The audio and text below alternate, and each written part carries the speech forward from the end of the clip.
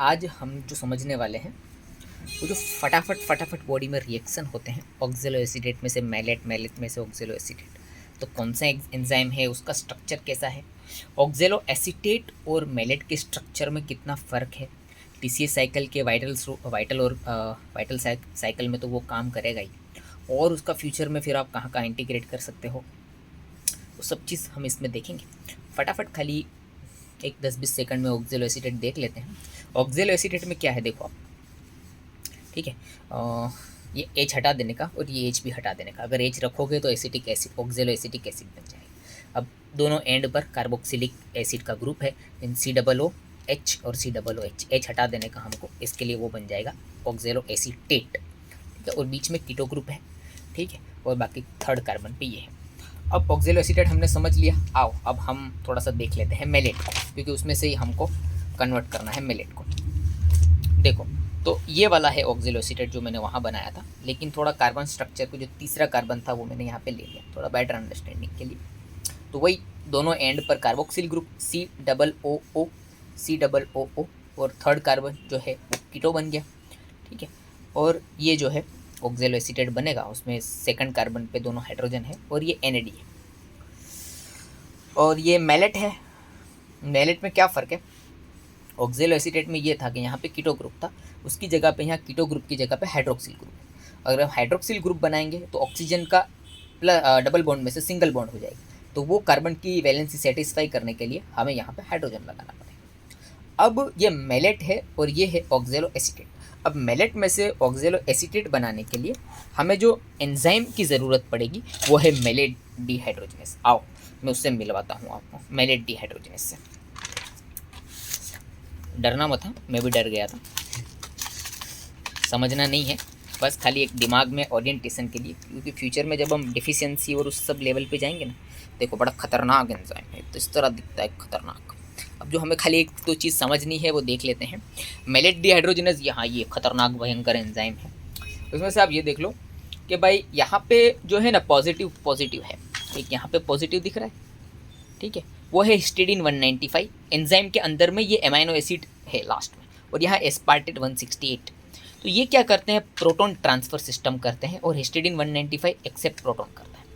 और दूसरे मतलब ये दो चीज़ हो गई, और तीसरी यहाँ पे आर्जिनिन है प्लस साइन में, यहाँ पे एक प्लस है और एक माइनस है, तो ये क्या है कि दोनों स्टेबल हो जाते हैं प्लस और माइनस, और उसकी वजह से वो प्रोटॉन को डील कर पाते हैं। अब यहाँ पे क्या है, आर्जिनिन है तीन तरह के, ये देखिए यहाँ पे आर्जिनिन 109, आर्जिनिन 102 और एक आर्जिनिन यहाँ पे है आर्जिनिन 171। तो ये तीनों प्लस आर्जिनिन जो है इलेक्ट्रोस्टैटिक कैटालाइसिस, और जो है प्लस 3 आर्जिनिन है, इसके लिए वो माइनस कार्बोक्सिलिक ग्रुप को हैंडल कर पाते हैं। तो दो एस्पार्टेट और हिस्टिडीन जो प्लस माइनस है, और वो जो है अपना प्रोटॉन को हैंडल करेंगे, और ये जो है अपना हैंडल करेगा कार्बोक्सिलिक ग्रुप को, ठीक है। अब एक बेसिक अंडरस्टैंडिंग ले लेते हैं थोड़ा सा ही 10 सेकंड में।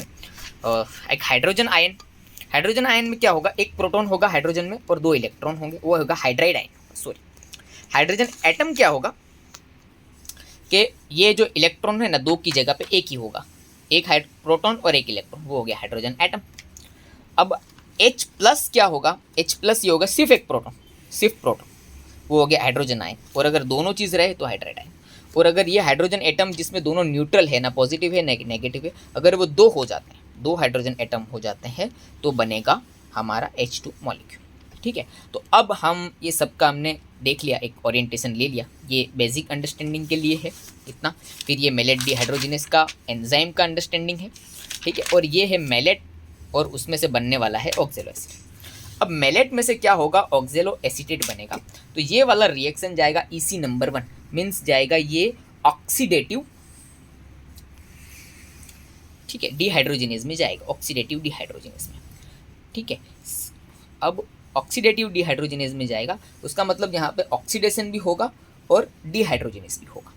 अब ऑक्सीडेटिव डिहाइड्रोजिनेज की वजह से यहाँ पे क्या होगा कि भाई डिहाइड्रोजिनेज की वजह से यहाँ पे ऑक्सीडेशन होगा। अब हमको क्या करना है, मैलेट का ऑक्सीडेशन करना है। क्यों ऑक्सीडेशन करना है, क्योंकि मैलेट में से हम H हटा रहे हैं।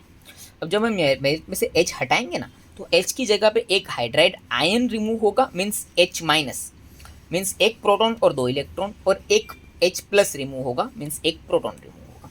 देखो ठीक है, तो यहाँ पे लगता है डीहाइड्रोजनेज, लेकिन हाइड्रोजन रिमूव हो रहा है, लेकिन यहाँ पे एक एक्स्ट्रा इलेक्ट्रॉन रिमूव हो रहा है, यहाँ पे हाइड्राइड आयन। और फिर ये जो हाइड्राइड आयन है जो मेलेट के ऑक्सीडेशन से रिमूव होगा, वो क्या करेगा, उसको एक्सेप्ट करने के लिए आ जाएगा NAD।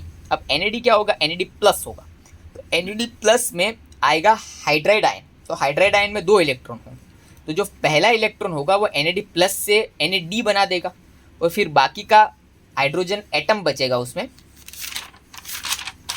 ये वाला, उसमें दोनों चीज़ पॉजिटिव नेगेटिव कुछ नहीं होगा, तो वो NAD पे अटैच हो जाएगा और NADH बनेगा।